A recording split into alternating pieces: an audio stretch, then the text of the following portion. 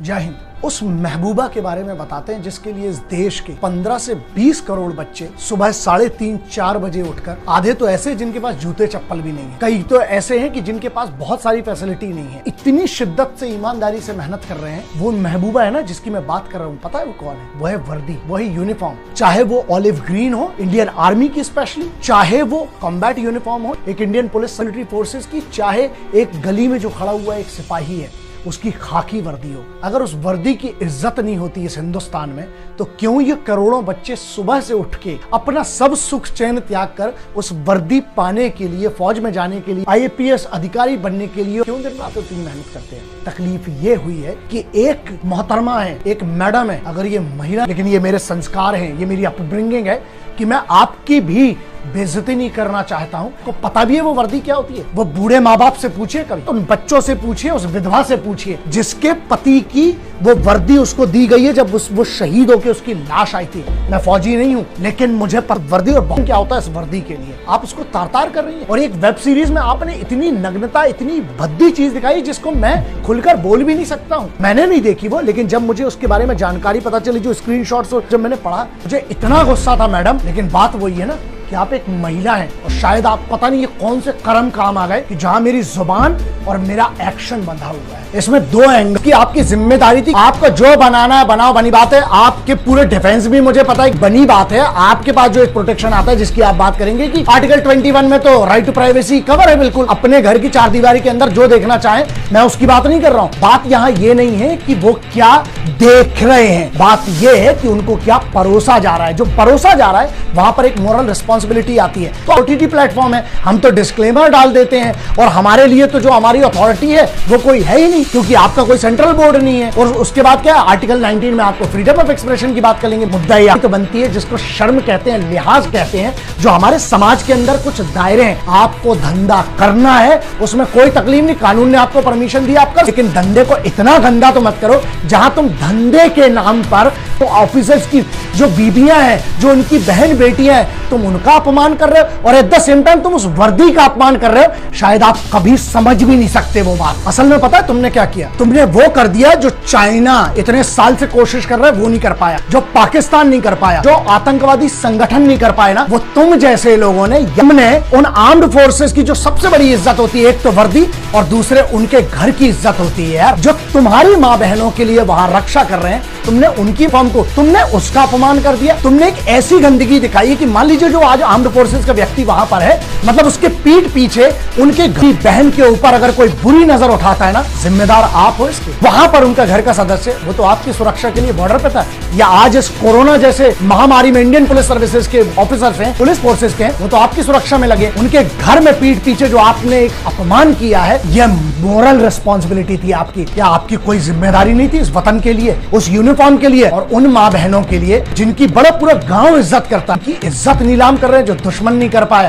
तो ये बताइए कि आप हैं किसकी तरफ असल में? तुमने एक ऐसा गुनाह किया है जो मुझे लगता है इस देश में बहुत बड़ा गुनाह माना जाना चाहिए, लेकिन कानून के दायरे जो है ना छोटे हैं, इसीलिए तुम लोग उसका बहुत फायदा उठाते हो। तुमने सिक्योरिटी फोर्सेस का सबसे बड़ा चीज तोड़ी है, वो है उनका मोराल। वो इतनी विषम परिस्थितियों में सिर्फ एक चीज की दम पर खड़ा है और वो होता है उसका मोराल। अरे तुम्हें इतनी रह गई कि कम से कम फौजियों को, उन सिपाहियों को कुछ नहीं दे सकते हो, तो कम से कम उनकी बेइज्जती तो मत करो, उनकी घर की आबरू तो मत लुटाओ यार। अगर आप एक सॉल्यूशन नहीं जानते हैं तो आप भी एक दूसरी प्रॉब्लम है। पूरे देश में चिल्ला चिल्ला के डिबेट चलता रहता है, सॉल्यूशन कहां है? At the end of the debate what is the solution? यहां पर हम वो नहीं होने देंगे। मैं जब जब वीडियो करता हूं, जब जब बात करता हूं, तो मैं सॉल्यूशन की बात करता हूं। प्रॉब्लम सबको पता है, आपको इंटरनेट पे मिल जाएगी, कोई नहीं बताता है। अपना सिर्फ एक एजेंडा रखते हैं, लेकिन सॉल्यूशन क्या है? सॉल्यूशन दो ना। अगर इस मुद्दे की बात करूं, बहुत क्लियर है। तुम आर्टिकल 19 का सहारा लेके, देश में कोई भी कुछ भी बोलता है और आखिरी में क्या है, छुप जाता है आर्टिकल 19 के पीछे जाके। नहीं, हमारा तो संवैधानिक अधिकार है फ्रीडम ऑफ एक्सप्रेशन, लेकिन अब अमेंडमेंट होना चाहिए और पार्लियामेंट को एक नया अमेंडमेंट करके एक लक्ष्मण रेखा बहुत क्लियरली खींचना पड़ेगी। आपको एक निर्धारित करना पड़ेगा कि अगर आपने, चाहे वो कोई भी हो, चाहे वो कितने भी बड़े बाप की औलाद हो, अगर आपने ये लाइन क्रॉस की है, आपको इसके लिए पनिशमेंट मिलना चाहिए। तो उसके लिए नया लॉ बनाना पड़ेगा आपको।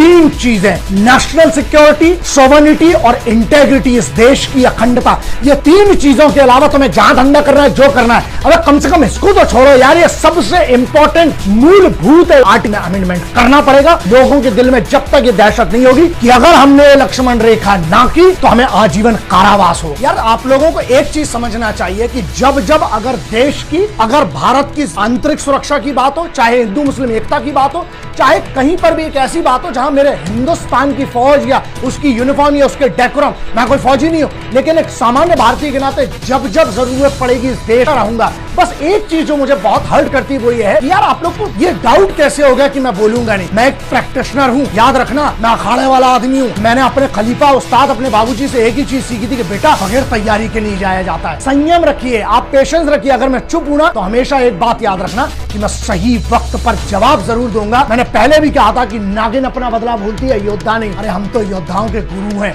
इनको, और जिन्हें लगा कि मैं डर के बैठा होऊंगा या किसी से मैं डर गया होगा कि यार कल को काम ना मिले, ये सब ऐसा है। एक बात बहुत ध्यान रखना, अगर करियर की कोई बात करे ना और वतन की कोई बात करे तो ऐसे लाख करियर लाख इंडस्ट्री कुर्बान है इस वतन के तिरंगे और वतन के सम्मान के लिए। और रही बात दूसरी डरने की, सैयद सलाहुद्दीन, मौलाना अजहर मसूद, जितने बैठे हैं बड़े बड़े टेररिस्ट, हमने उनको नहीं छोड़ा। बड़े बड़े न्यूज चैनल के मालिकों और बड़े बड़े नेताओं को हमने नहीं छोड़ा। जब वतन की बात है मैंने छोड़ा आज तक किसी को। अरे तो ये टटपुंजिए छोटे मोटे लोग, बस बात ये है कि महिला है ना तो इनके सम्मान के लिए, क्योंकि अपनी वो बंदिशें हैं और हम अपना लिहाज और अपनी तहजीब नहीं भूलना चाहते, इसलिए थोड़ा मैं इंतजार करके मैं तैयारी करता हूँ। बात यहाँ ये है कि हम एक नागरिक के तौर पर आप क्या करते हैं। अगर आप मुझ पर भी भरोसा कर बैठे हैं ना कि मैं बोलूंगा तो आप गलती कर रहे हैं। आप सिर्फ मेरे भरोसे मत रहिए, आप खुद के ऊपर लीजिए। आपको ये लगा कि ऐसी कोई वेब सीरीज बनी है जिसमें हिंदुस्तानी फौज की जो वाइफ है, हिंदुस्तानी सेना की जो महिलाएं हैं, जो उनके घर की बहनें हैं, बेटियां, उनका अपमान हुआ है या यूनिफॉर्म का अपमान हुआ है, उसकी बेइज्जती हुई है। सवाल आपसे है दोस्तों, आपने क्या किया? सिर्फ आपने मुझे कमेंट लिख दिया, बवाल कर दिया कि सर आप बोलो आप बोलो। यार दोस्त एक बात बताओ, अगर आपको बुरा लगा था तो आपने उस पर क्या किया? यह सवाल अपने आप। शहीद आजम की एक लाइन है कि दूसरों के कांधों पे जनाजे उठा करते हैं, जिंदगी खुद की दम पे जी जाती है। यही तो मैं कहता हूँ कि इंडिपेंडेंट भारत का मतलब क्या है? इंडिपेंडेंट भारत में डिपेंडेंट लोग हैं हमारे इधर कि हमारे बदले भी कोई और लड़ेगा। यार ऐसा मत करो। इस देश को अगर हमें महान बनाना है ना तो उसके लिए कम से कम खुद की जिम्मेदारी तो लेना सीख लो। बहुत सारे लोग ये सोच रहे हैं कि फौज के लिए कंप्लेन कर लेंगे, फौज की तरफ से डिफेमेशन कर देंगे। ऐसा है, हिंदुस्तान कुव्वत है, अगर वो चाहे लेती ना तो मिलिट्री पुलिस है, चाहे बहुत सारी ऐसी यूनिट्स है, इनका खानदान कब तक गायब हो चुका होता। लेकिन नहीं, कानून के दायरे हैं, वो तो अपने नियमों का पालन कर रहे हैं, वो तो अपनी ड्यूटीज बहुत अच्छे से निभा रहे हैं। लेकिन नागरिकों के तौर पर क्या हम लोग फेल नहीं हुए? भारत का जो आम आदमी है, भारत के जो सभी लोग हैं या जो क्रिएटिव लोग भी हैं, क्या उनका अपमान नहीं किया? कि उनकी बेइज्जती नहीं कर दी इन लोगों ने? जो इतने सारे लाखों करोड़ों लोग जो कहते हैं कि सर आपको हम बहुत मानते हैं, आप मुझे मत मानना पड़ता, तिरंगे को मानो,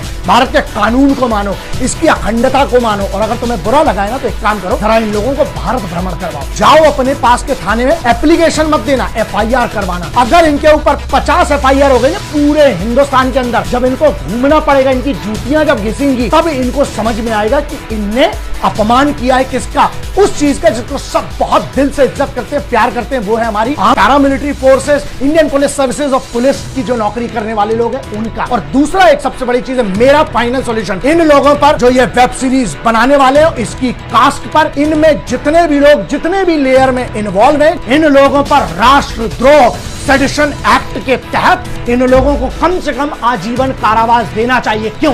क्योंकि जो दुश्मन नहीं कर पाया ना, इन लोगों ने वो किया। फौज की इज्जत, फौज की यूनिफॉर्म, जो एक अभिमान होता है ना फौज का, उसके फौज के अभिमान को इनने टार्निश किया है। अगर ऐसा नहीं है सेडिशन एक्ट में नहीं, तो आप एक नया कानून बनाए जिस कानून के दायरे में हर आदमी को उसकी औकात बताना बहुत जरूरी है साहब। लेकिन अगर आज मैं ये सरकार से बोल रहा हूं, अगर आज आपने कोई कानून इस पे नहीं लिया और कुछ नहीं लिया, तो ये याद रखिएगा कि फिर जो बड़ी बड़ी बातें हैं ना आप लोगों की, वो सब हवा में चली जाएगी, चाहे वो राज्य सरकार हो। बस ये बात ध्यान रखिएगा। चाणक्य, चंद्रगुप्त मौर्य की बात करें, मौर्य डायनेस्टी की बात करें आप, चाहे मराठा डायनेस्टी की बात करें, चाहे आप भारत के उस इतने बड़े इतिहास की बात करें, करें, वहां पे सभी योद्धाओं ने, सभी बड़े बड़े लोगों ने एक बात जरूर कही थी, पता है आपको क्या है? जिस भी राष्ट्र में उसके सिपाहियों का, उसके रक्षकों का, उसकी बेटी बहन और माओ का, वृद्धों का और श्रमिकों का अगर अपमान होता है वो राज्य, तो मैं नहीं चाहता हूं कि मेरे राष्ट्र का पतन हो। इकट्ठे हो जाओ, अभी भी मौका है। बहुत सारे लोग मुझसे पूछते हैं कि हम आर्म्ड फोर्सेस के लिए क्या कर सकते हैं। कम से कम इतना काबिल इंसान बन जाओ कि तुम्हारे लिए जब वो छाती पे गोली खाए ना, तो उसको ये शर्म ना हो कि साला हम किनके लिए मर गए। जय हिंद।